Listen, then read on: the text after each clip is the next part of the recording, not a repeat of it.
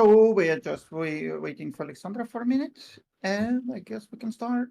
We can start. Hello, everyone, guys. Nice to see you. Mm-hmm. I'm my man. Yeah, I'm just like setting up my stuff. Yeah, okay. I think I'll be good to go.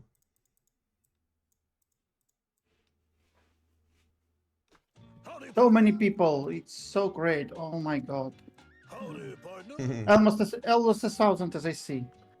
So perfect. yeah. I mean, people are really excited to know about what you're cooking up here.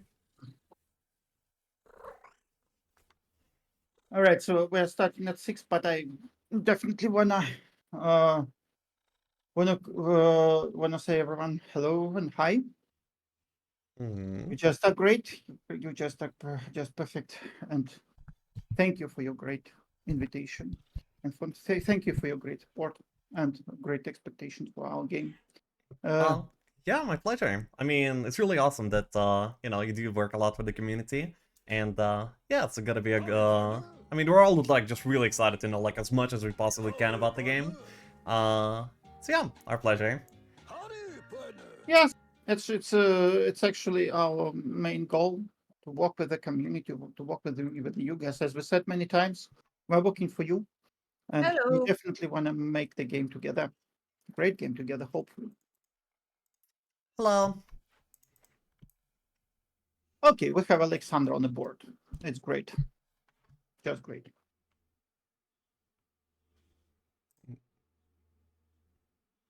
Wait, I'm wondering if I can share my camera as well. Hello. Can you hear me? I see you Um, on Twitch. yeah, I don't believe I can share my camera on Twitch and on Discord at the same time. Yeah.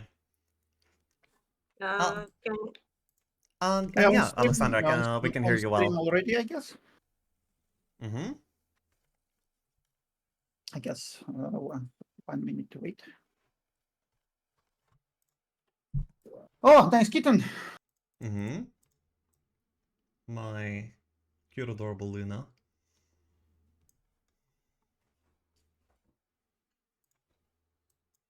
Hello, US guys.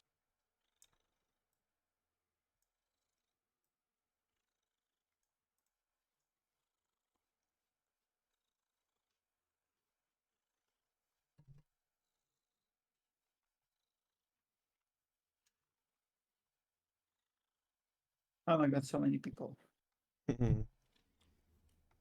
It's just perfect. Hey folks, can you hear me? Can you see me? Hello. Yes, I can hear Hi, and see hi. you well. Perfect.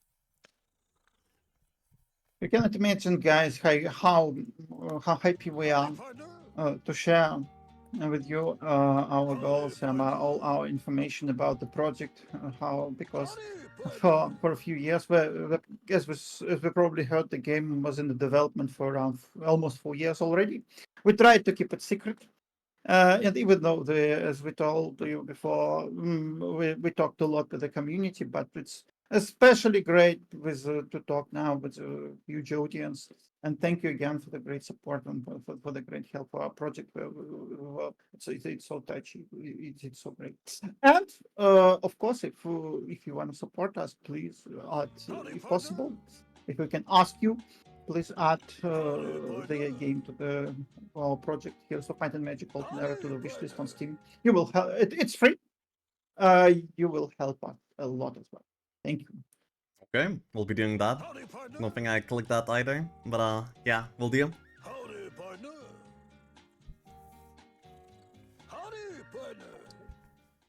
All right, so I guess we can start. I guess it's 6, Mm-hmm. right? Yeah, let's go. All right. Mm. Again, hello everyone. Alexandra, maybe you Hi, hi. can Hi, say hi. some words as well. Yes, hello folks. Nice seeing you all. I mean, Dennis already said the most important thing. We're thrilled to be here with you and thrilled to answer the questions you might have. Yeah, so today I definitely want to apologize with the people who told us that we're talking a lot about the multiplayer. Multiplayer aspects of the game, they're quite important for us, but again, I can assure you that we are very, very passionate about the single player experience as well. So in the nearest future, we plan to reveal some more information about publish more dev blog about different aspects of the game, including single player, including campaign, of course, including the narrative, lore, and so on. Maybe today we will also reveal some information for you, and there will be some kind of surprise again uh, when we show something. Let's say that. Mm-hmm. I think what I'd like to add here is that the guys yesterday, the day before yesterday, focused so heavily on multiplayer because, like, this is the first time that the franchise is doing this. For the first time, Heroes of Might and Magic have this level of quality of life improvements for the multiplayer experience, and the fact that it will also have single player and the campaign and everything kind of goes without saying, but no reason not to say it either. So yes, we'd be happy to talk about single player experience more today. Mm-hmm. Okay. So how about we start with you introducing yourselves? I already am vaguely familiar with YouTube, but yeah, I bet the community would like to know. Yeah, so I'm Dennis. I'm CEO of Unfrozen. Hello, everyone. I'm Alexandra, or some people know me as Alfina by my online handle. I'm the narrative director for the Heroes of Might and Magic Olden game. Mm-hmm. So yeah, maybe let's get like a few basic questions out of the way.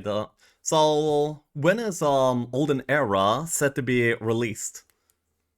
Our plan is to release the game in early access in the first half of 2025. With the goal to have the full release in 2026. So we want to spend around a year in early access, polishing everything, gathering statistical data, gathering feedback, balancing things, because a game like any installment of Heroes of Might and Magic is very mechanically complex, and it's very important to iron things out. As I've already said, and we'll keep repeating, the version of the game that will launch in early access could have been a full release. So it will be feature complete. It will have a lot of content. Having like 6 factions at launch in early access is already quite robust. But we do want to spend that additional time to make sure it like works really well and every idea, clicks into place. Mm-hmm. Yeah, seems good. So basically, if you like had to estimate like the percentage of like the game completeness on the early access part, where would you like about where would you put it? Mm. There is a saying in the video game development community that a game can't be complete, it can only be released.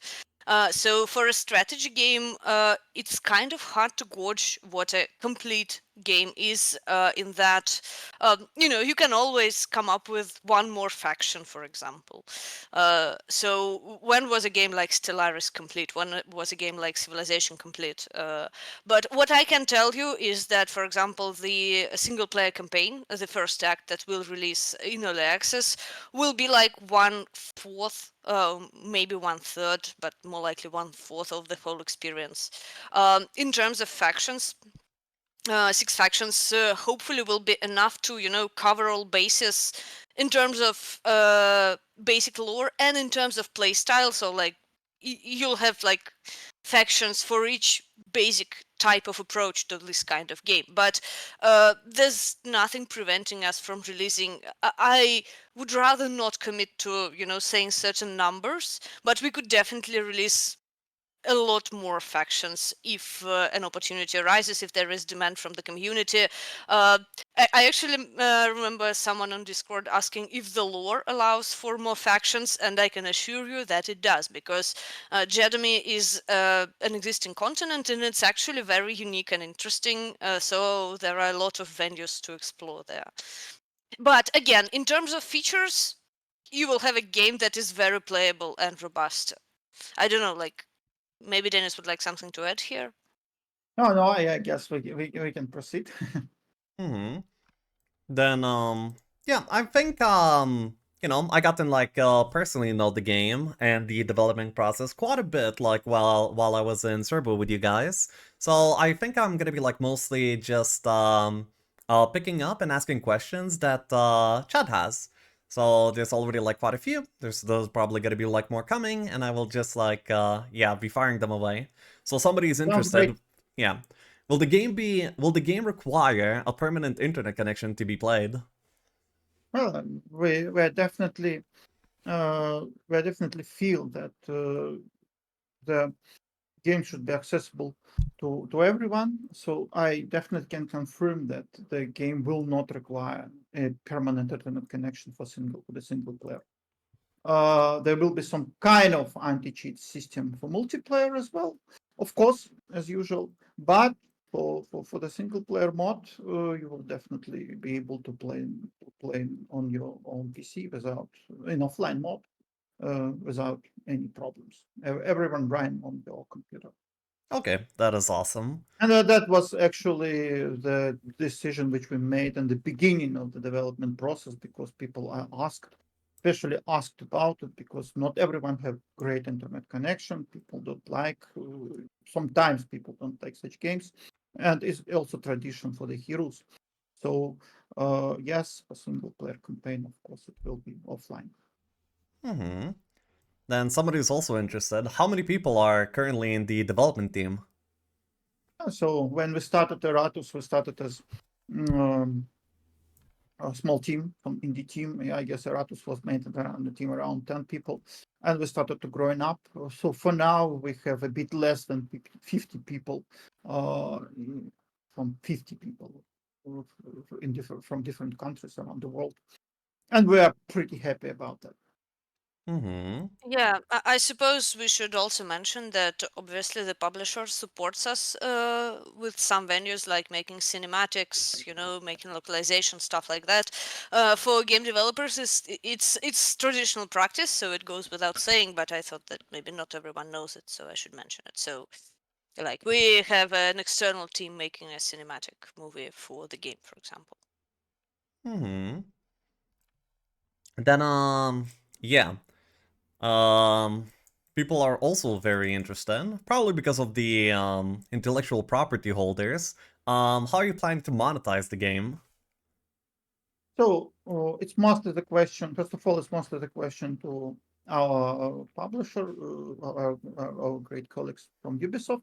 But what can we reveal at the moment? That for early access, the game will be mostly distributed through Steam as usual Steam game. So you just buy it and play. That's it. Of course, there will be DLCs as usual. There was some DLCs for Ratus, for example, but we will see what exactly how exactly it will go through the early access phase of the project and what will happen after 1.1.0. So mostly it's a standard premium game as usual, nothing unexpected, and DLCs after that. Yeah, Okay. I feel that like people are concerned that some sort of microtransactions would be added, and like, no, we don't want to do that. We feel that games like, as I already mentioned, Civilization and Stellaris have nailed the distribution model for robust, for robust strategy games. So. Hmm. Then I see quite a few people are quite interested in playing with friends. So one of them asks like, are there gonna be like any co-op campaigns or maybe like co-op scenarios planned? Uh, the story-based single-player campaign does not include competitive scenarios at this point. If people are interested, we should probably consider making like maybe separate scenarios, like separate maps for co-op experiences. Thanks for letting us know that there is interest. We'll think about it. And either way, if I don't know, somehow we drop the ball on this, I would like to remind you that we intend to release the game with the map editor. I'm like seeing the feedback from the community, the enthusiasm, and just how many ideas people already have about the game, I feel confident that the moment we release our map and template editor, there will be creators from the community who will jump at an opportunity to create maps there. So if for some reason we release the game and you don't find the co-op map you would like to have with a friend, hopefully someone from the community will create the perfect map for you and share it, and we'll be very happy to facilitate this sharing. So we'll do everything that we can to ensure that players can create content and share it with each other in a simple fashion. Mm-hmm. And then Hot Seat will be available as in Heroes 3? Will there Well, be? yes. Well, yes, we can confirm that there will be hot seat for sure. Okay. Everyone, we all in the team are huge fans of the heroes, so everyone have some, pretty great memories about, your young age, about your childhood when was able to play on one PC with our parents, with our friends, brothers, sisters, and so on. So I think this great memory, every heroes fan have some kind of such memories. So that's why it was quite important for us to keep the hot seat, and we will especially focus on it for sure.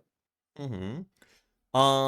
Would it be available for you to like name out all the available factions that will be present at the initial release of the game? Sure, they already mentioned on Steam. So we will have Temple, which is a variation of Castle or Haven, your traditional Blessed Knights. We will have Necropolis, Dungeon, Sylvan, Hive, which is our new version of demonic insectoid creatures. We'll tell you more about their lore later down the line, but they are kind of familiar but kind of different from the demons, and also a mysterious sixth faction that we have not yet revealed.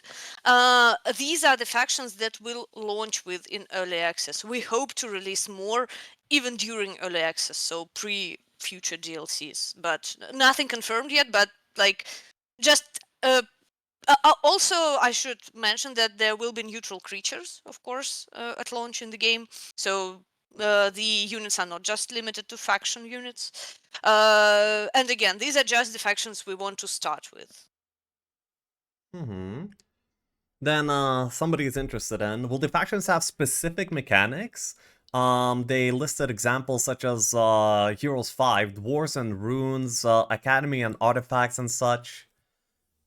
Yes. So first of all, each faction will have a so-called factional ability.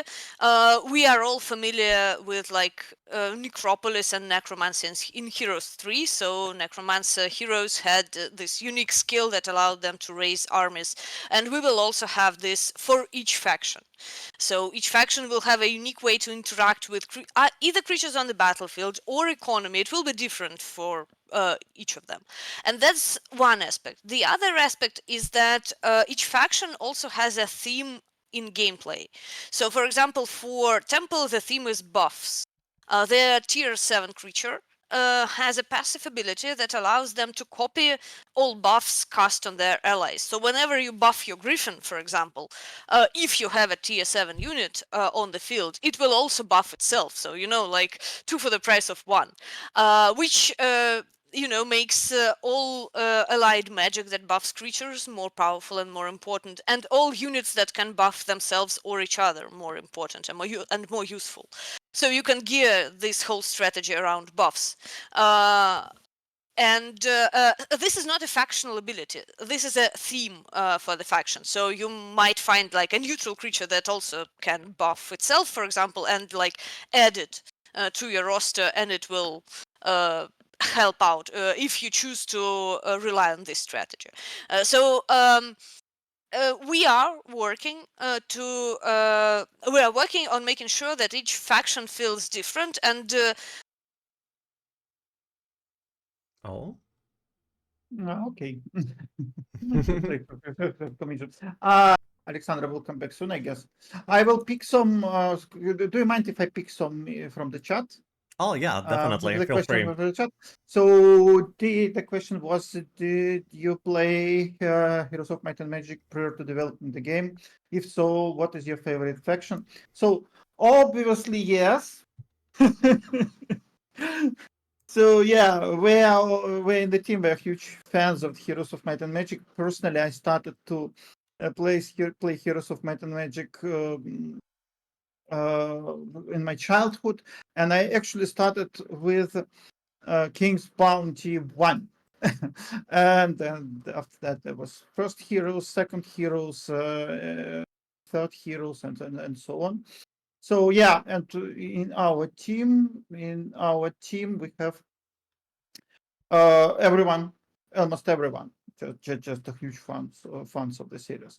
And answering the question about the favorite, and also I'm personally a huge fan of King's Bounty series. The Armored Princess was just so perfect in terms of gameplay, in terms of graphics, and so on. So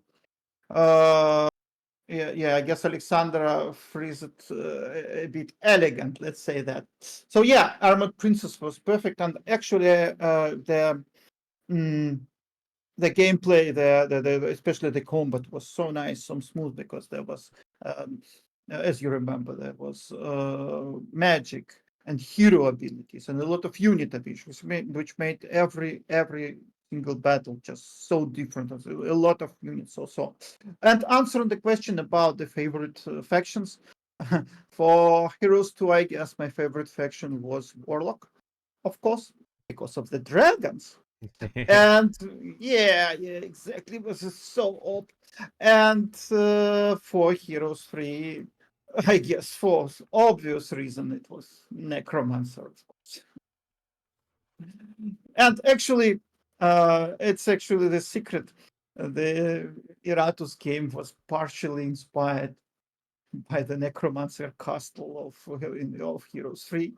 And actually, uh, I had somebody when we released Eratus, and we released the Eratus Castle, for example, as you saw, probably there is Eratus Cave in our previous game, and people say, "Oh, it looks like Heroes of Might and Magic."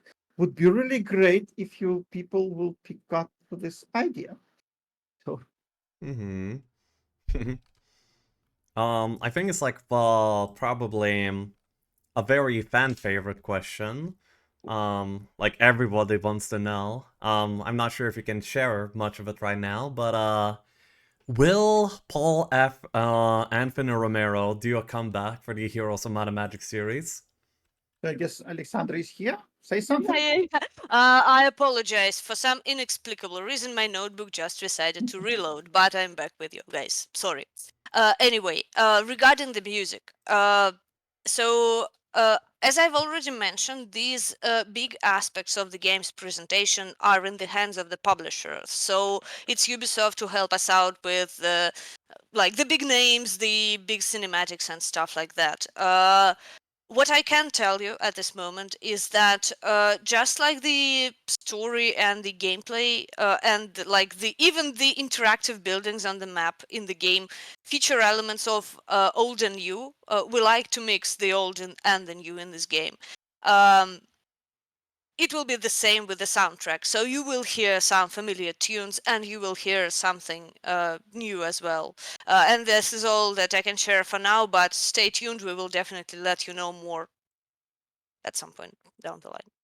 Okay. We generally intend to be very chatty. Like we feel that with the very warm reception that we've received and with all the support and interest in this project, the least we can do is be communicative and transparent. So we intend to publish devlogs quite often and just stay in touch. As the people who have visited our Discord may have noticed, we just respond to questions on Discord from time to time. So we are, very happy to be as transparent as we can with you. So Yes, um, definitely. Mm-hmm. So yeah, if we, like end up missing your question that you want to ask something, so yeah, feel free to go to the which Discord should people go to in order to like ask any such question? The question about will the game support peer-to-peer multiplayer, dedicated service? There will be some backend, but mostly it's peer-to-peer. And again, there was question about permanent connection. Will permanent connection be required for single player? No, it will not be required. But we definitely will try to keep multiplayer session as cheat-free as possible. So there is we're trying to balance the things here.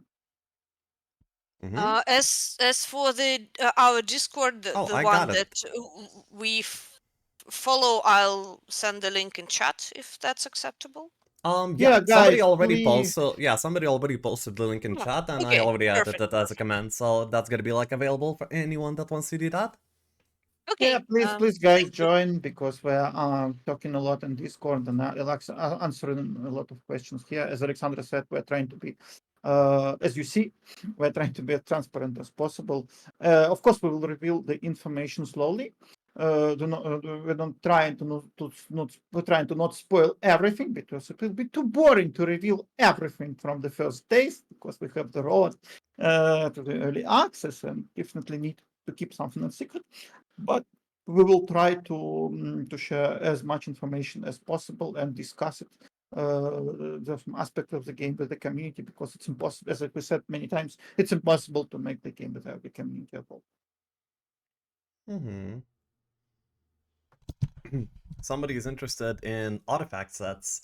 Will you be having them be closer to like Heroes 3 or Heroes 5? I honestly am not even like that aware of how I guess the Heroes 5 just has like bonuses when you like equip a certain amount of items from a set. Meanwhile, Heroes 3 makes like a new item when you assemble a combination. So what is gonna be closer in Olden era? Let me talk about the artifacts because I Mhm. really like the work in Olden era. I think the design team did a great job on them. So first of all, artifacts will be different, varied, and interesting.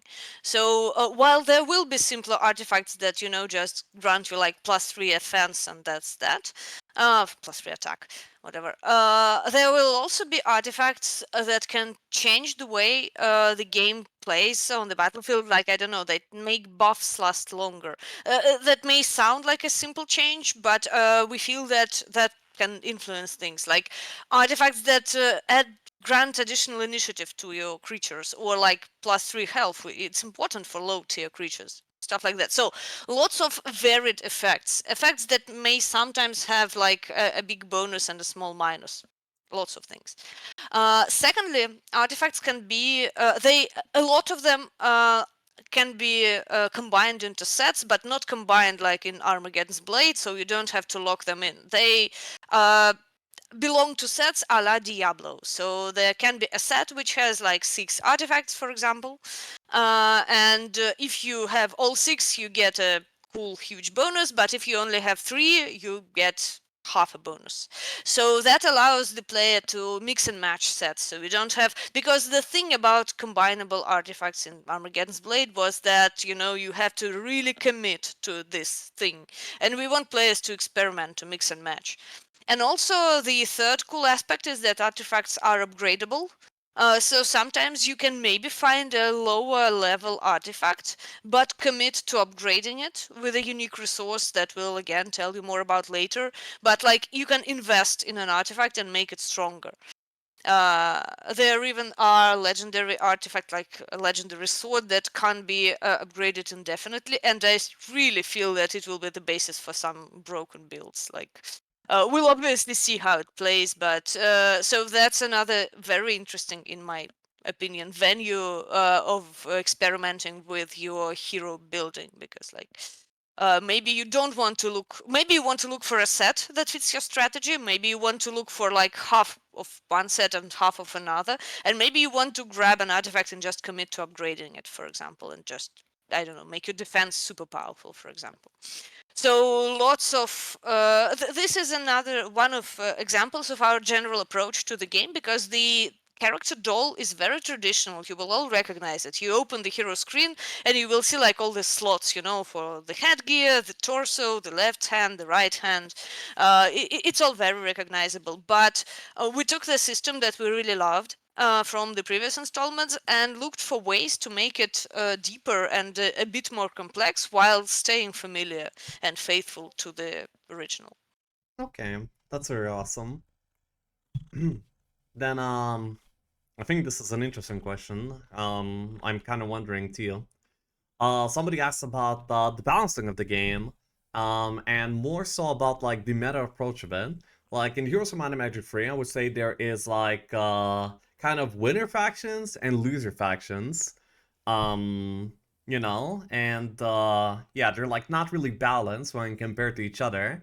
In Olden era, will you be trying to balance the factions in a way where they will be like more or less 50% win rate, or will there also be winners and losers in terms of balance? Well, actually, to have an in-depth answer to your question, we've conducted a number of interviews with players of Heroes of Might and Magic, like professional tournament players and with streamers, and we talked to them about it and about what they would like to see in this regard. Because I feel that if you just like ask a random person in the street if factions are supposed to be balanced, the go-to answer would be yes, but that's not necessarily how it works, because there is fun in difference as well. And the reply that I like find memorable was someone saying that actually, yes, the factions in Heroes 3, for example, are not similar, but it's not like some of them are strong and some are weak objectively. It's that some of them are strong for specific maps and specific templates, while other, show their like strong suits in different types of gameplay. And yes, when you are playing like multiplayer, when you're playing online, the faction that you can pick will strongly define your type of gameplay. And for that, the community has developed this sort of pick, ban, and trading minigame, so to speak. Like, Yeah, we call it town trade. yeah, so for maybe the uninitiated, if someone in chat doesn't know, before people start a match, a competitive match in Heroes of Might and Magic these days, they have this sort of trade/conversation where they pick the cities and ban the cities for their opponent. And if one of the players picks a city that's considered stronger, they play a fee to their opponent. So they like give some of their starting resources to balance things out. So we will have that mini game, obviously, with the quality of life improvements. So like it's streamlined, it's easy to understand, it's easy to use in the Some game. kind of draft system. Yes, so people who enjoy this sort of diversity of factions, we feel that we'll find the ways to balance them out with this sort of mini game. And while we absolutely intend to follow how the game is played, we will collect statistical data, we have mathematical models, and we will make sure that like there isn't a broken build that just steamrolls everyone. We feel that trying to bring everything to like absolutely like flatline level, making everything perfectly balanced, just kills the fun. So we feel that this approach that the community has found, so we are not like we should thank the community for fighting this way to balance the game out. We feel that it's a more interesting approach, really. So basically some factions might be stronger for some templates, and players know that, and they will balance out this handicap by ensuring that the player who takes the stronger factions has less resources at the start.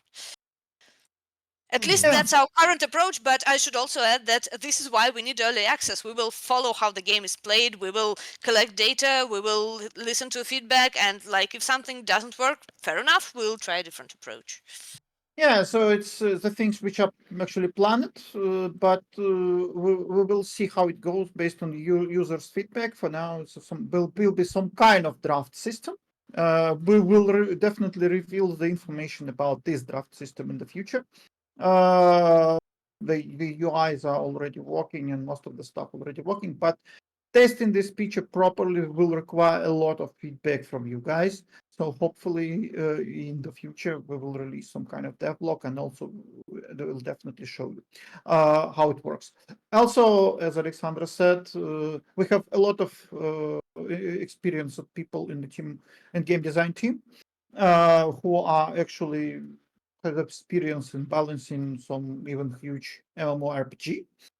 So the balancing is quite important task for us because the game should be fun and the people should feel that the game is fair.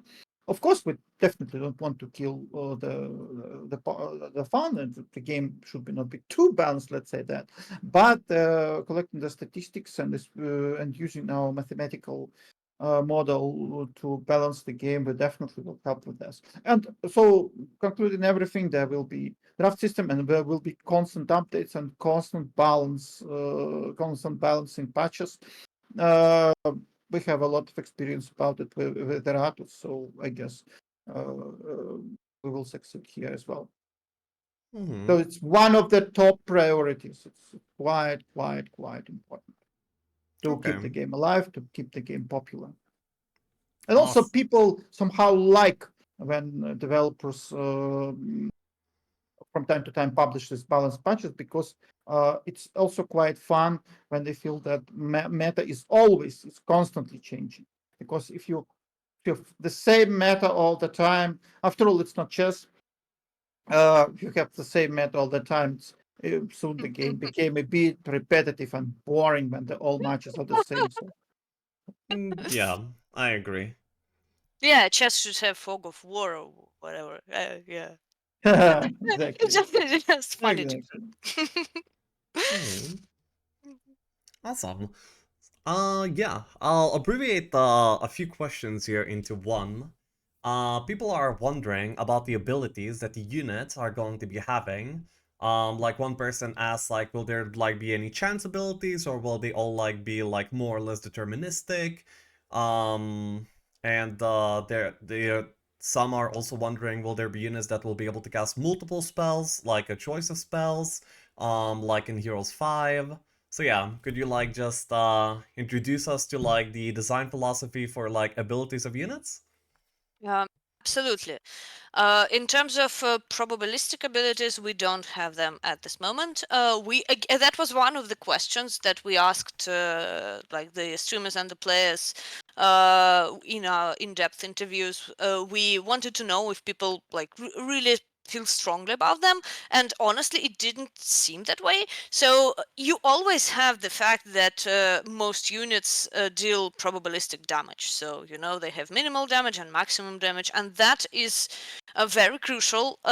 It felt like adding chance-based abilities on top of that. Also, your morale and luck have chance-based proc chances, whatever. Basically, chance-based. So adding chance-based abilities on top of that felt like a bit too much. So instead, we opted for abilities that are not chance-based. So when you click an ability button, you know what you will get. And yes, absolutely. Some units, especially high tier units, have several high level abilities. The way they work is that every unit has a unique resource, so-called energy, that they collect over time. They get like 1 point of energy whenever a new round starts, whenever they are attacked, and whenever they attack. So if a unit is active on the battlefield, it will replenish faster. And then when the energy bar is filled, they can use any ability that they have. So for high tier units that have several abilities, this is the moment when you'll think about which of them to use. Some abilities don't end turn, for example. So sometimes you just use them and then attack. Some abilities can only be used once per battle, so you should consider the exact right moment to use them. Some abilities for some creatures are like special types of abilities, and I feel that we should do a 5 devlogs on all that. So there's a lot basically to discuss, but those were just some example of how we want the system to be robust. So we want the because like if it boils down to the fact that when you have your energy bar filled, you just press the shiny button, it's not an interesting choice. We want to make the choice interesting. We want the player to consider when to use these abilities, because like in card-based games, you don't necessarily have to always play the card on your hand, even if you have the mana, like in Magic the Gathering, for example. Same here. You don't necessarily have to play the ability as soon as you can. You have to consider when and how to use it. It's kind of like the spells. And as for the specific abilities that units have, I feel that like a devlog with cool animations would be a more appropriate way to introduce you to them than just me talking and like pretending that I have wings like an angel who actually has 4 different abilities. But I don't, so. Mm-hmm. Mm-hmm. Okay. Uh, okay, so, and the next question that we have is a pretty interesting one. Uh, Somebody wants to know a little bit more about the campaign. Will the game have like cutscenes like in Heroes 5, or is it just gonna be like written dialogue? Like, how will the story be told in Olden era? No, the game will not have engine-based cutscenes because so okay. The campaign will have cinematics, like 2.5D cinematics a la Witcher, some Witcher games where like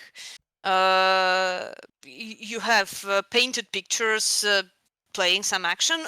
We won't have them before every mission because that would really slow down the story. But in the important moments will be highlighted. There will be a dialogue system, robust dialogue system, sort of like a la Hades question mark, in that you will have character portraits on the screen and like the things they say, and sometimes you will have options to choose from, so the dialogues will be non-linear from time to time, and you will make choices in quests and in dialogues sometimes, so a bit of role playing will be available to those who love it. Oh.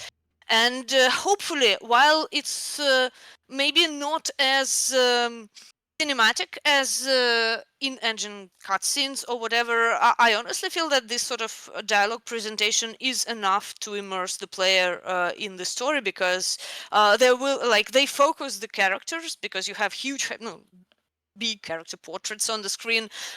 They allow you to role play as them a bit when you make dialogue choices, and I really hope that that is engaging.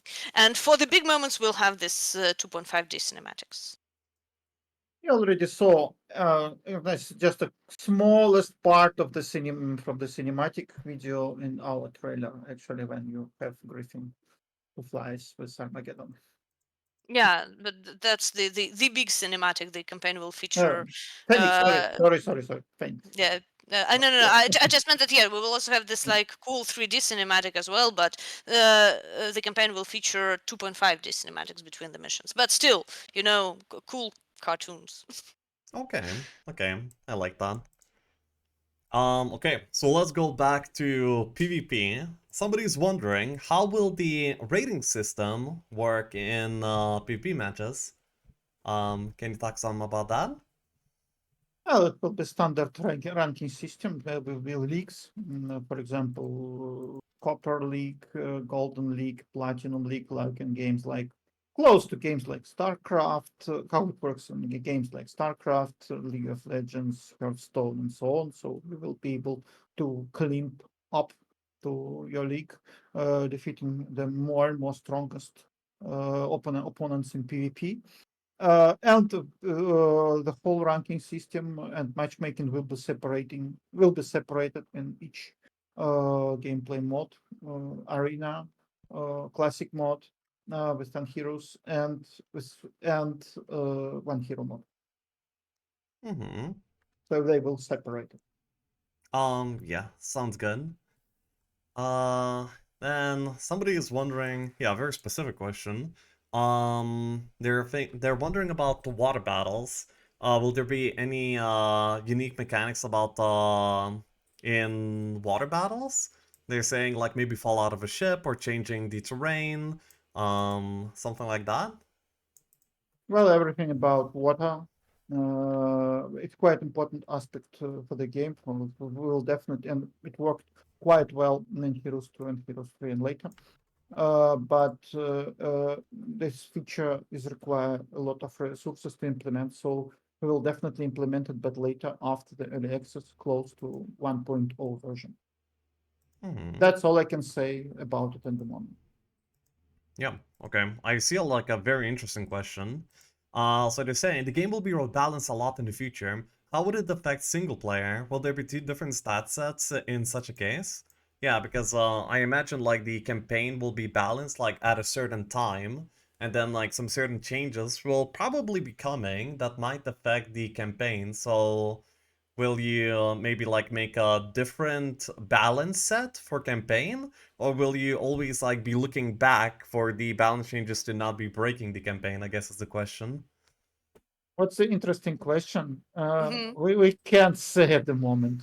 Well, Ned, we can say something, and that something is actually that single player is different for random maps and for the campaign.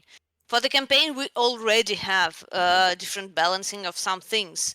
For example, the way our heroes level up in the campaign is a bit different from the way heroes level up in separate maps, because like in a campaign you will have to follow the same hero for many journeys, and it makes sense to change the approach to their level up and maybe even their skills a bit. Same with some structures, for example. So you will have buildings that work differently in the campaign from the way they work on random maps. I guess the answer is already there, in that we know that the campaign, the story-based campaign, will require different balancing in some aspects, at least. We are already doing that. As for single-player random maps, that's a different question. But then again, I feel that they don't necessarily demand unique balancing, in that like a single player random map plays kind of the same as a multiplayer, only you play against a computer. So if balance has changed somewhat, it's fine if it's changed on the random map as well. But I think it's a very compelling question, and Dennis is right in that we will listen to the players' feedback very closely here. I Mhm. guess there's Alexandra. We can answer somehow answer the question about Uplay. I guess. Oh, yeah, there were some like that. Yeah, what's the question about Uplay? Ubisoft Connect. Yes, the answer is that we will not require Ubisoft Connect during early access for sure. The game will be released on Ubisoft Connect as a platform, but currently at Hasn't least. confirmed yet. Hasn't confirmed yet. Okay, but okay, it's intended to be released there. But Yeah. currently, Yes. currently we have no plans for an obligatory connection to Ubisoft Play on Steam. Once again, uh, like I've no doubt that you all understand that this is a decision made by the publisher. Yes. So it's up to them. But as far as we know, no obligatory connection to Ubisoft Connect at this moment, Yeah. to my knowledge. Just to clarify, at the moment we are confirming there will be version on Steam. Yes, and in early access this feature will not require Ubisoft Connect. And we do not reveal any other platforms for the future. We will release them later. I'm answering like this because it's we need to clarify everything with the publisher about the platforms, and to be sure that everything is confirmed with them. Hmm. Okay, sounds good. Uh, okay. Let's see. Yeah, many people want to know if you're gonna be like touching up on the science fiction roots of the Might and Magic series, or will you stay with the Heroes route that Heroes 3 already like used? What a great question. So, what I can tell you right now is that Ubisoft has their own plans for the franchise and their own vision of the franchise's future developments, like the way the Heroes of Might and Magic franchise will unfold in the future. Their vision for the franchise in general was provided to us as a guideline, and that's one of the reasons we decided to make a prequel, for example, because they have maybe, like, obviously I can't confirm it, but maybe they have some ideas about how the events of the story and the series should unfold in the future. So we decided, to tell the story that kind of doesn't influence that and is separate from that and takes place in the past. So their vision for the franchise is what informs our approach to the science fiction, excuse me, aspect of the lore that I personally really like. And again, it feels to me that a better way to talk about it would be a separate, like, stream dedicated specifically to narrative, to go into more detail about our narrative plans. What I'm would like to say is that we know this sci-fi lore rather well. I personally appreciate it, but most likely the way it will be approached in the campaign will be in a open to interpretation kind of way. Mm-hmm. Okay. Then next up, somebody wants to ask like a mechanical question. Will there be any caravan feature like in Home 4 or 5? We don't. I do remember us discussing this feature during the development a number of times. We don't have it currently, and I'm not sure if we have it planned. Not in the early access roadmap, but we have different ways to transfer armies and artifacts around the map. So, like, purist players who really like hero chains, and for the uninitiated, it's the way of transferring armies across the map with, like, creating a chain of heroes who give it to one another. So people who feel that the skill and the fun of the game lies in managing those chains will be able to do that. But we've also created new ways to basically teleport armies around the map. We have a new type of building called an outpost, and some of them may be located on the map, and you may leave your armies and I believe your artifacts in an outpost and then grab them from another outpost. So they are just magically teleported to any other outpost you might visit. So that's a sort of replacement for the caravan feature and for hero chains as well. It's experimental, and we would really like to see how this feature plays, for example. Okay, awesome. So not like full caravans, but at least like something. Hmm. Mm-hmm. Yeah. Somebody has like a question. Since we're gonna be getting like online ranked matchmaking, and Heroes games like tend to go long. So will we just need to like allocate a long time in order to make sure that we can finish our match, or will there be like a way to save the match, or yeah, like what are we doing about that? Well, as we saw, we're trying to foster. When we discussed with the things with organizer of the tournament, literally everyone said that the modern audience doesn't like long matches, like 10 hours or something like that, because they cannot. They should be able to organize and to predict the longevity of the match in proper way before to organize a tournament.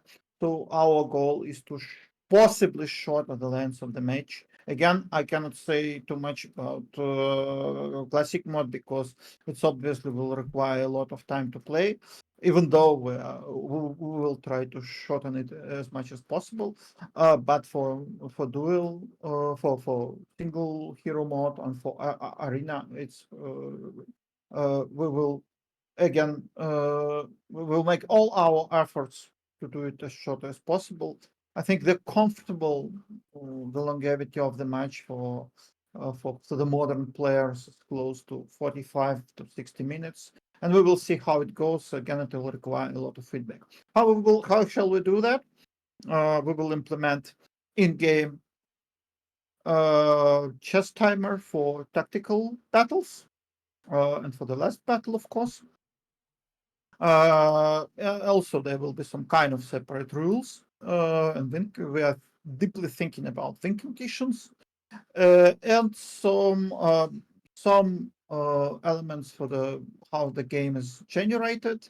Again, there will be a lot of experience with that on the phase of beta testing, so stay tuned. So yes, one of the goals is to possibly decrease the length of the match, because it's way more comfortable for modern players, for streamers, and so on. At the same time, for classic mod, for custom maps, you will be able to play whatever you like. You can turn on simultaneous turn off simultaneous turn completely if you like, and play with your friends whatever you like, 12 hours or something like that. Again, it's up to you. Yeah, and on top of what Dennis has already said, we are working on making sure that you can play the game faster by like reducing the busy work without removing anything important, because Yes, strategy games are meant to be complex. They're meant like to provide a challenge. You are meant to manage a lot of things, a lot of creatures, a lot of resources and stuff like that. I feel that any attempts to remove that, to streamline that, would just make the game worse. What we can do, however, apart from the timer that Dennis has already mentioned, we can like add an option to make animations faster. Yes, we are very proud of the work that our animators have done, but still, we all know like how people play strategy games. You just press the X for speed, and I do that. Dennis does that. Everybody does that. You will have an option to do that in our game, of course. We made sure that the auto battle resolves before the battle is loaded. So, for example, if you have a strong army and you attack a weak neutral creature, you won't have to waste your time clicking through the interfaces of the battle. You will just like accept the auto resolve, probably without losses. Yes, we've added modes that are faster and will launch with the templates that play relatively fast. Again, those are also options that make the game quicker. But I just like I understand everyone's desire to have faster games, and I feel that single hero mode or Jabos Cross or Arena are ways to achieve that. But the option to play these like huge strategy games should also still be there, and the game systems need to support that. Which is why I don't know, like one of the reasons why we didn't go for fewer types of resources, for example, as some other games in the franchise. Like we feel that the game needs this robustness and complexity to stay fun and interesting and deep. Okay. okay, can How I pick about the question from the chat as well? how So about we have like a slight bit of an intermission, as you have provided me with like two short videos about yes, of the game. Mm-hmm. How about we go over those? I would like to show my community like what you have here. perfect. Yeah. So I'll play the video to my stream, and then yeah, we can see it. So the first one is we can see the dungeon units here, I think. I haven't even seen them I haven't seen them myself, and yeah, these units look amazing. And I think this would be like maybe a good opportunity to maybe like talk some about the units. Um yeah, so as we can see like from this short video showcasing the units, there's gonna be like 2 upgrade paths for every unit, right? Yes, Yes. definitely. Uh, Alexandra should. Yes, yes, yes, yes, yes. So okay, every unit, every specifically factional unit, because neutral units don't have that, will have 2 upgrade paths. You will only have to construct one upgraded building to gain access to both of them. So basically, like you have troglodytes, then you create an upgraded building, and then you have access to both. I mean, probably either infernal troglodytes or toxic troglodytes. You don't have to keep buying the same type. You can like buy some of one and some of the other. Moreover, you can change the upgrade type. Obviously, you can't do it like in any place on the map randomly, and you will have to pay. But still, so this is not a like game long commitment for you. These are just options that the game provides, and you can switch between them and like mix and match various types of upgrades to make the game more interesting, and to make sure that even within one faction there are options. Mhm. So the two types of upgrades can sometimes differ in the uh, gameplay type that they have. So like one example would be the minotaurs that you have here on the screen. The basic minotaur, is this classic warrior, very trigger happy in the world without triggers, so like battle happy, meaning like he has strong morale when he is in battle, just like he did previously. But one of his upgrades can let him buff himself to ignore the attack of whoever strikes him, basically making him a stronger tank. So like it's harder to damage him. While the other is, your more classic furious Minotaur warrior that boosts himself when when he is damaged, and can boost morale additionally to strike even stronger. So, basically one of them is more of a defender type, another is more of an attacker type. And the difference between the two upgrade paths can be more granular than that. It's just like a more simple example. Or I don't know, like I really like the difference with the two troglodyte upgrade types, because one of them basically can strike an opponent harder, while the other like has toxic blood and damages the opponent when he is stricken, or they are Mhm. stricken, I suppose. So again, you can, since it's a tier 1 creature that sometimes I used just to throw them into opponents' ranks and like as meat, as cannon fodder,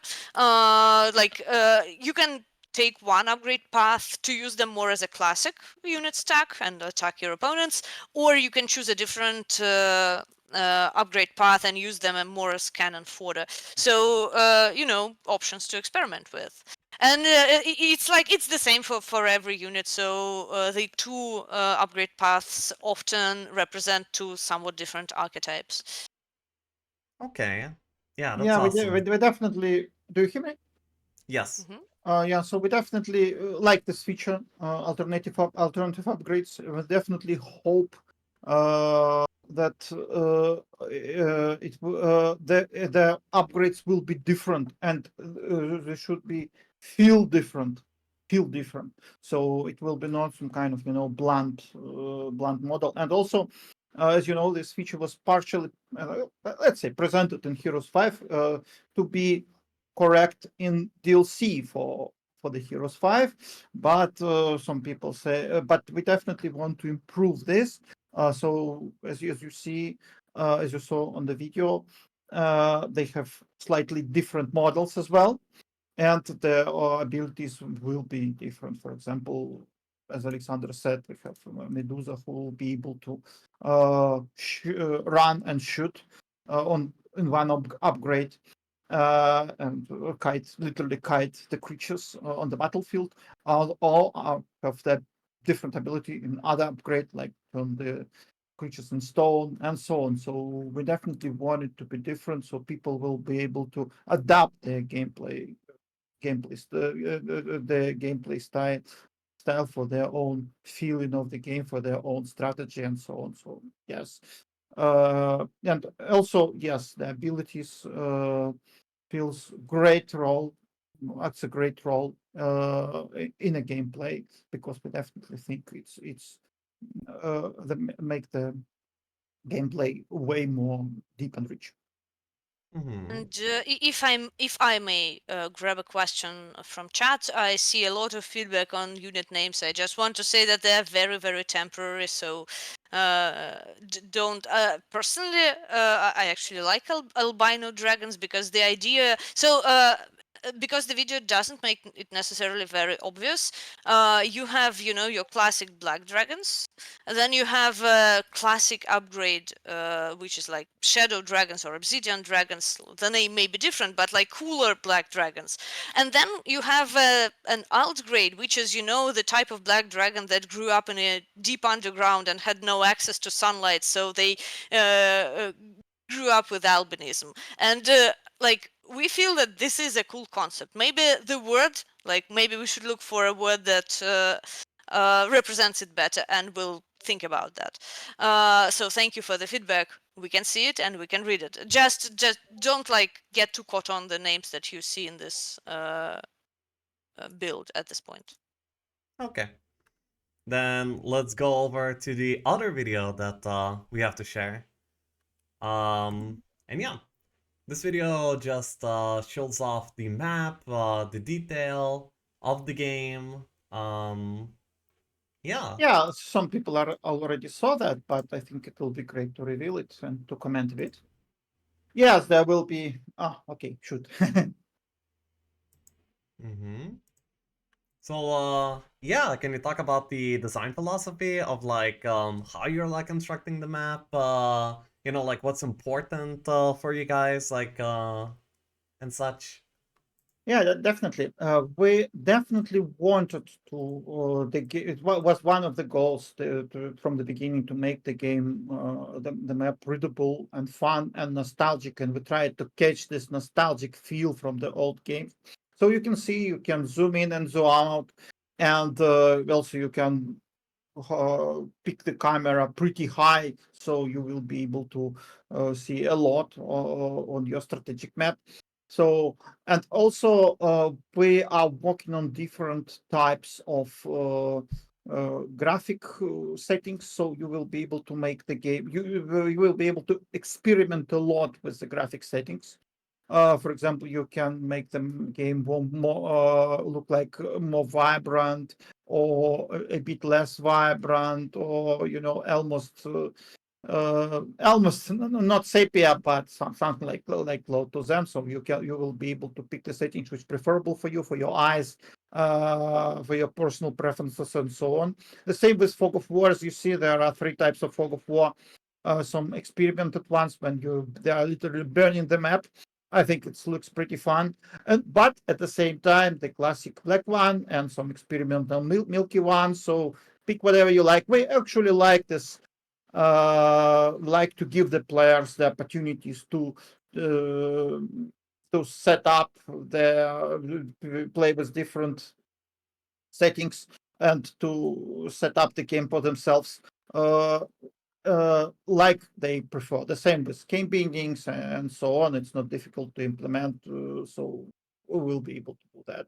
So, and if we, for and also you will be able to disable the outlines for the units, or maybe in the future make it richer. Who knows?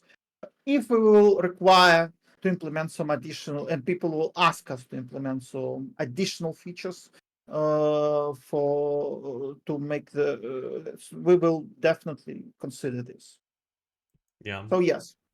So and hopefully we will reveal some kind of a video to reveal more biomes in the future, and at least show them more clearly the existing biomes, and you will see the maps, the map better.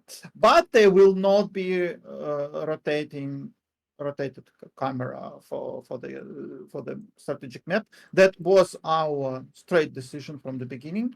We want the game felt like, a bit like Heroes 2, Heroes 3. So you will be able to zoom in and zoom out, but we don't want to force you to rotate the camera to be able to clearly see everything. Everything should be clearly saw from this perspective. That was the goal, because it's quite important for some people in multiplayer to not spend the time rotating the map, to be able to see this stuff and that stuff. So that was our game design decision from the beginning. Mm-hmm. And yes, I I'll say that you are absolutely right. There was some confusion about this rotating stuff and some future last installments of Heroes. I cannot say I like it. That's why we have no such feature. Okay, that's very nice. Honestly, like the more I look at it, the more it's growing on me. I personally am a big fan of the design of Olden era. Thank Uh, you. We tried our best. mm, did you have like any specific questions in mind that you wanted to grab from chat, Dennis? I'm picking something. Let me pick something from the chat. Uh, some upgrade. While Dennis is picking his perfect question, I will answer the Sandro one. So, like, I feel a lot of people are interested in the fates of some characters that are very beloved by them. And I can tell you, no, there will be no Sandro, specifically because the publisher have their own plans for this specific character. So we felt like we shouldn't step on the toes of their ideas that maybe will do better justice to the specific character. So I will not disclose which characters the campaign will feature at this point.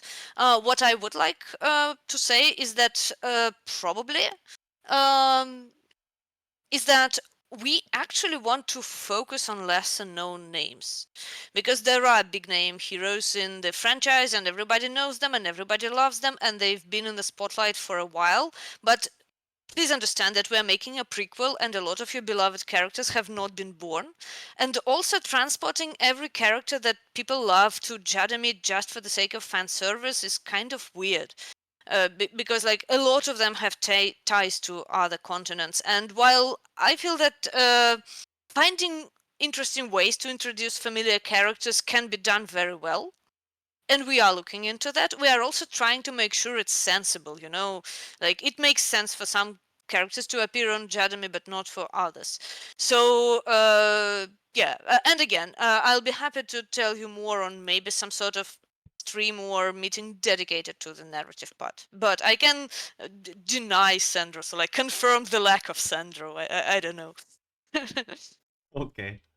Yeah, I will pick some questions as well. So system requirements will be determined, will be revealed later.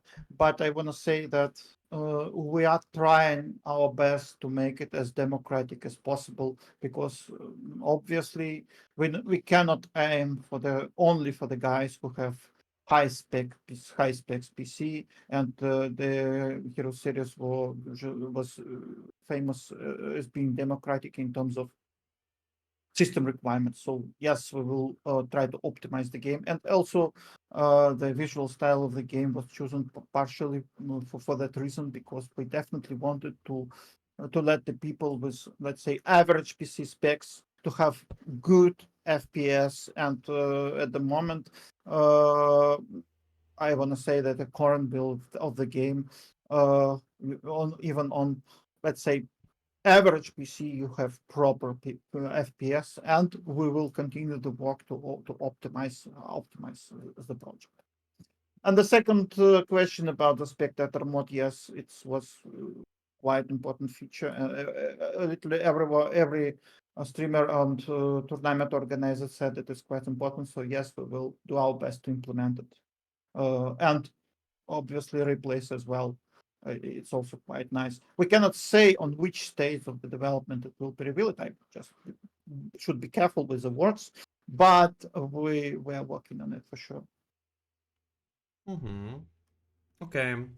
Then also like a pretty good question is gonna be will there be like any developer driven tournaments in Olden era, or will you leave it more up to the community? Well, let's say we have some plans about it, and these plans will be revealed close to the. We can't confirm it yet, but we're definitely thinking about it, and we will reveal the possible information later for sure with you guys. We really like, and we really, it's our dream to, even though caring a lot about single player and about the campaign. We definitely want the campaign to be great, but at the same time, we really like multiplayer and really trying to care about the multiplayer community and make their game better. That's why we're, as we said, we are contacting a lot with tournament organizers. So yes, we have some kind of plans, but we cannot confirm and cannot reveal a lot of information for now. Yeah, But I that's guess one of the priorities. what I would like to add that is that one does not exclude the other.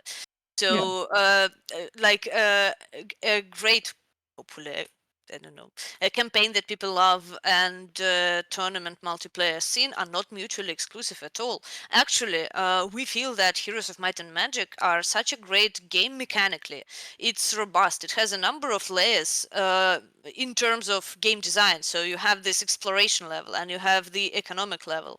You have RPG-like leveling up of the heroes. You have the tactical battles and all those interlocking systems. They are deep and they allow for various types of gameplay and various types of approaches. And the world of Heroes of Might and Magic is both likable in that it's kind of nice to play even at tournaments with these beautiful fantasy creatures, but also it allows us to tell interesting stories. So, like we want to do it all. We respect the series very much, and we feel that it has everything to allow us to do it all. Because like the very strong core in terms of mechanics and gameplay is already there. All we need to do to provide a good single player and a good multiplayer experience is, the presentation part, the quality of life features to make sure the multiplayer is smooth and the backend works, to make sure the story is interesting and the choices you make in the campaign are interesting for the single player experience. And we feel that the core is so strong for the franchise itself. I mean, that it's all very doable. Hopefully, at least that's what we will try to do. We'll try our best to do. Mm-hmm. Okay. That's awesome.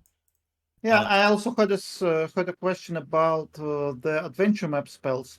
Again, we do not want to spoil too much, but I want to confirm that there will be familiar adventure map spells and the new ones as well. We really like this feature. More details in the future. Uh, I also like a specific question asked several times. I can see about TS7 creatures. First of all, the creature will be separate in TS1 through 7, like in Heroes 3.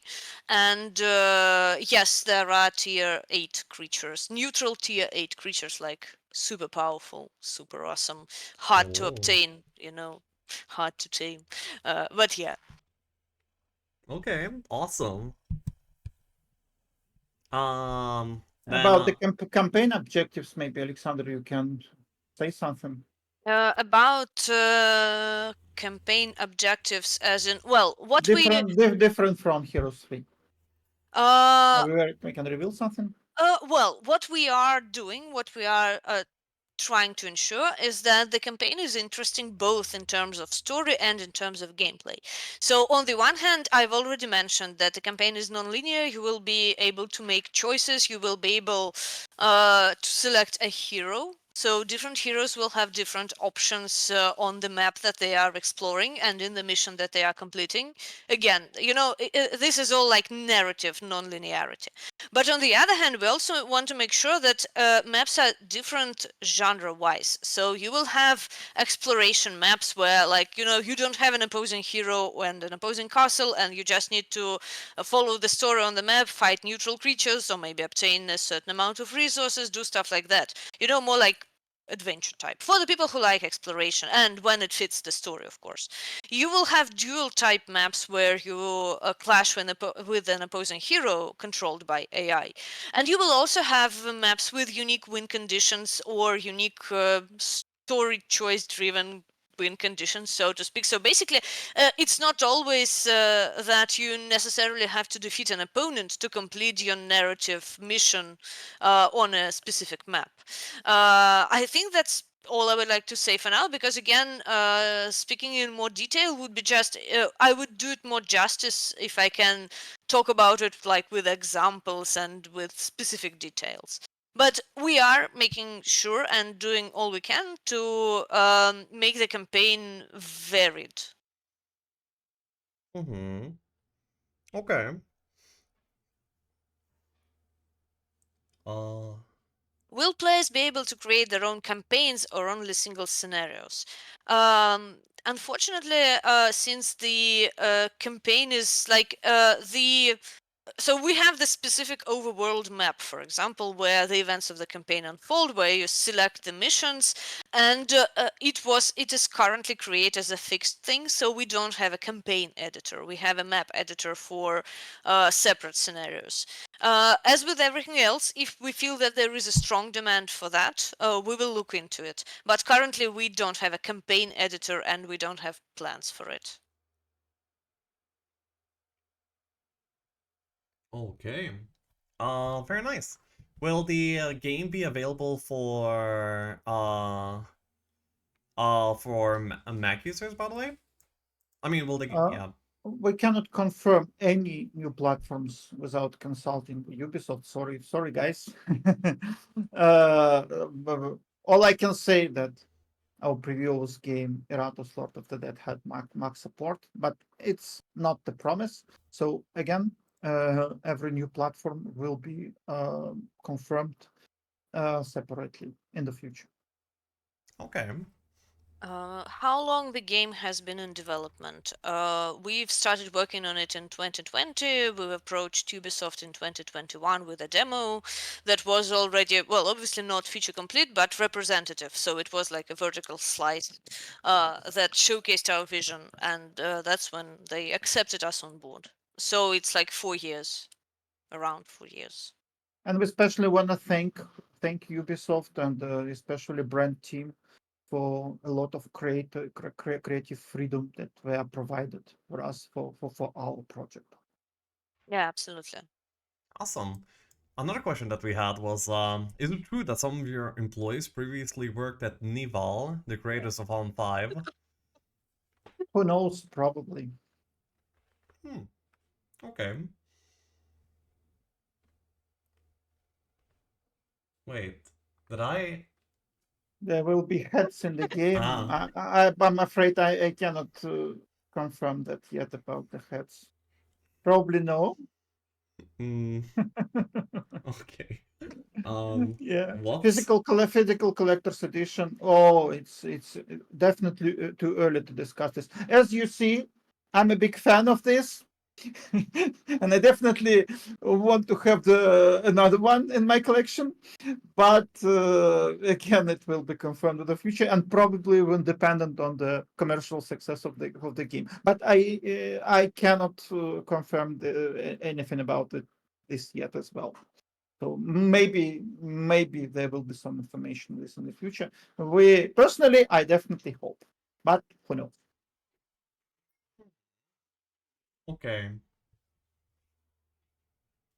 Many people are actually like wondering what is gonna be like the price of the game. Do we already like know that? Again, too early to say. Too early to say. It will be determined by publisher in the future. We can't say anything at the moment. Hmm. Are there like any considerations for any sort of team format for the game? 2v2, free for all, anything like that? Uh, Well, uh, we are currently working. So, while you will be able to have, I believe, up to 8 players in a lobby at the launch in early access. Currently, the main focus of the development are one versus one duels. So all the other uh, team-driven implementations, if I understood the question correctly, Mm-hmm. will be developed after we release in early access, during early access, in close collaboration with the community. Okay.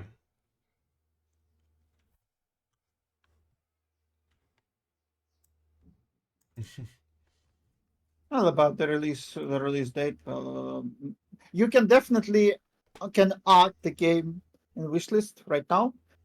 Thank you for that. And about the release date, the game will go early access in hopefully second quarter. of the next year.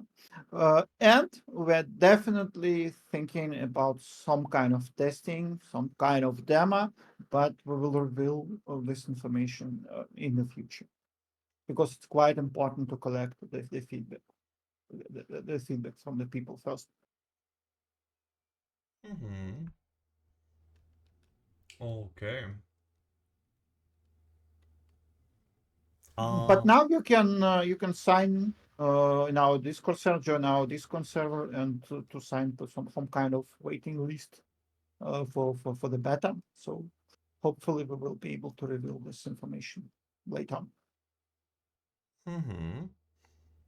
Um, I'm wondering, like, will some of the features be like very close to Heroes 3, or are you like for example, I'm wondering about the tavern actually as well.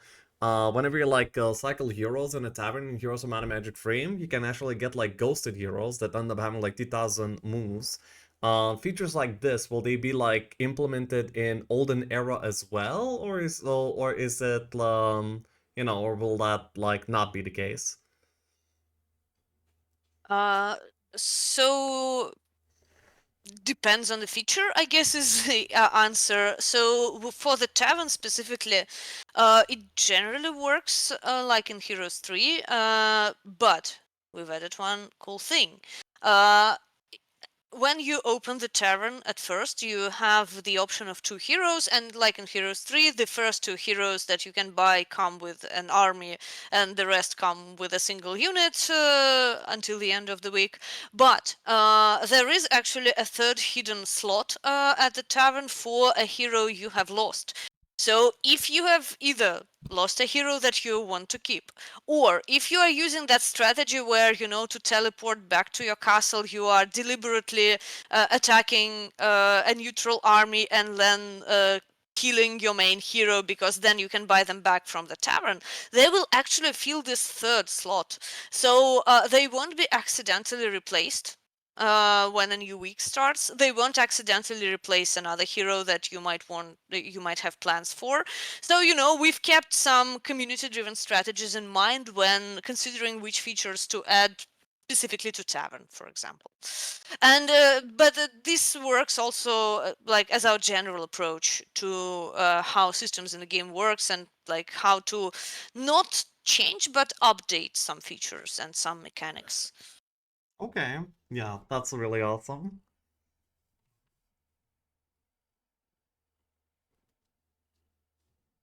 Mm, We already answered about alpha beta test. hmm Many people I see some people asking, but I don't really even know how to ask this because I'm like not very well aware. But they want to know like the game's lore connections to I guess Might and Magic games. Some person mentioned Might and Magic 8, another person I think mentioned Might and Magic. Yeah, actually Might and Magic 8 was the Yes, most mentioned. it's Might and Magic 8 because Might and Magic 8 is the game that takes place on Jadami. So we said that Jadami has never been explored by the it's so cool, by the heroes of Might and Magic franchise. We are well aware of Might and Magic 8 and the story of Might and Magic 8 and the things that happened there. And yes, while we won't just replicate Might and Magic 8, our approach to the races of Jadamir, their like social structure and things happening there, takes it into account. So you can be safe in that regard. As for what the specific connections will be and if they will be there, again, I feel that this is a conversation for a separate narrative-driven stream because I can like dive way too deep into this at this moment. Just know that yes, we know about Might and Magic 8. We have played it. We know the story and the lore. Okay, awesome. Okay, chat. Do you have any more things that you want to know?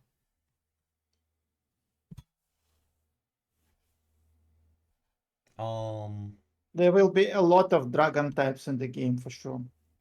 We like dragons. Everybody likes dragons. Yes, everybody likes dragons. They are definitely the part of Heroes of Might and Magic TNI, and we definitely want to implement more dragons. Yes, Sure. and also we have a fairy dragon that doesn't look fat. I remember I was so surprised when I, for the first time, saw some official art with a fairy dragon from Heroes of Might and Magic 3, and it had like a hero holding this, purple fairy dragon on the palm of their hand, and I realized that it was meant to be tiny. While in the game, I mean, they're cute. I like them, but they're also like, kind of chubby. Like they looked like a dinosaur from Flintstone. With all due respect and with my everlasting love to these creatures. So we have fairy dragons in the game that are strongly based on the Heroes 3 fairy dragons in their design, but they actually look smaller than other types of dragons.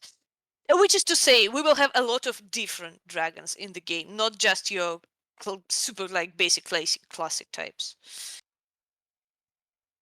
There will be different types of difficulties for the campaign and for the scenarios for sure. All right, guys, I think we're close to 90 minutes already. I think we can start to finishing out. Yeah, and hearing like more about the game, and yeah, I feel like everyone's like very hyped for it, including me. I can't wait to just dive super deep into it. Yeah, thank you, guys. Thank you. The questions were actually great, and we especially try to do not concentrate to PvP too much. I hope hopefully we succeed here today. Thanks, especially thank you, Lexia, for your for the hosting, for the great questions, and for the perfect moderation for for the current session. We will definitely we definitely hope to continue this, and definitely hope to glad you guys with this Q&A session. Please add the game to the wish list. We will help us a lot, and please tell your friends about the game. It will help us a lot, and join our Discord server. There is a lot of interesting information there. For the nearest future, we hope to release some devlogs and also some kind of QA on our Steam page. So stay tuned. There will be a lot of interesting information in the future. And thank you for your great support and for your great help. Without you, this game will never be possible.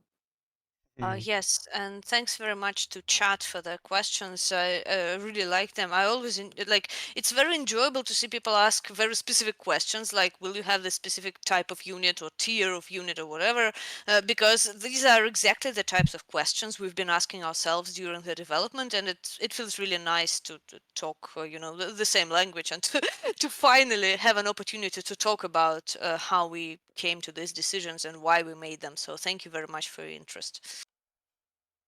Awesome. Yeah, and we will be spreading the good word of the Olden era. So yeah, thank you all for Thank you, coming. and see you soon, guys. Yeah, Thank see you. you. Goodbye. Bye. Bye. Bye.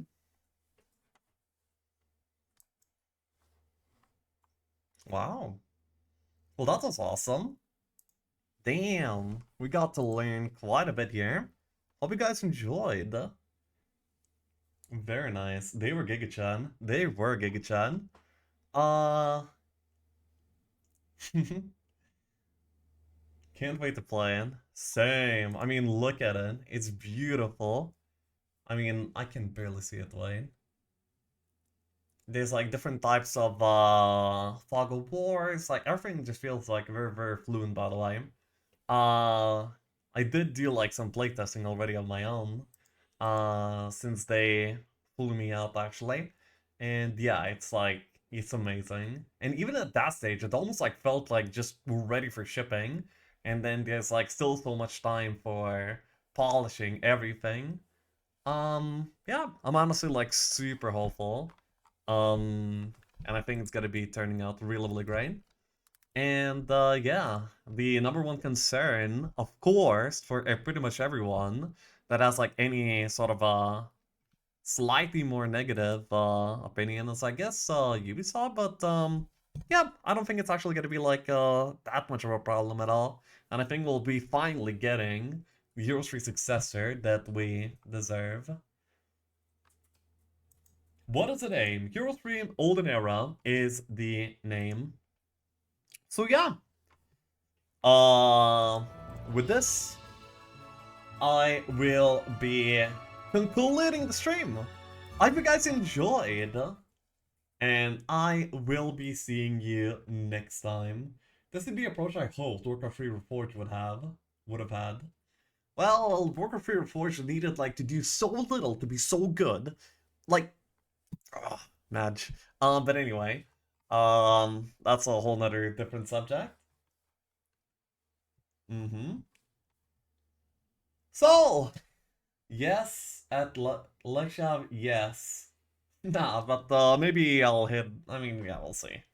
Anyway, yeah, I'm out. I hope you guys enjoyed the stream, and I'll be seeing you tomorrow. Bye bye. Ciao ciao. Can you show the dragon roster again? Okay, sure. Somebody made a very specific request. I don't see a reason not to. We have these videos provided to us. We're just gonna observe them. Look at that black dragon. Beautiful. Look at that albino dragon. I mean, maybe... I mean, albino is better than white, right? Imagine white dragon and black dragon.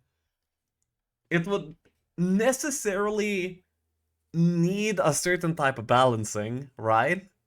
You cannot make the white one stronger if you call them that. But anyway, that's beside the point. Yeah, I'll be seeing you. The art is so good. It is. It is. So yeah, ciao!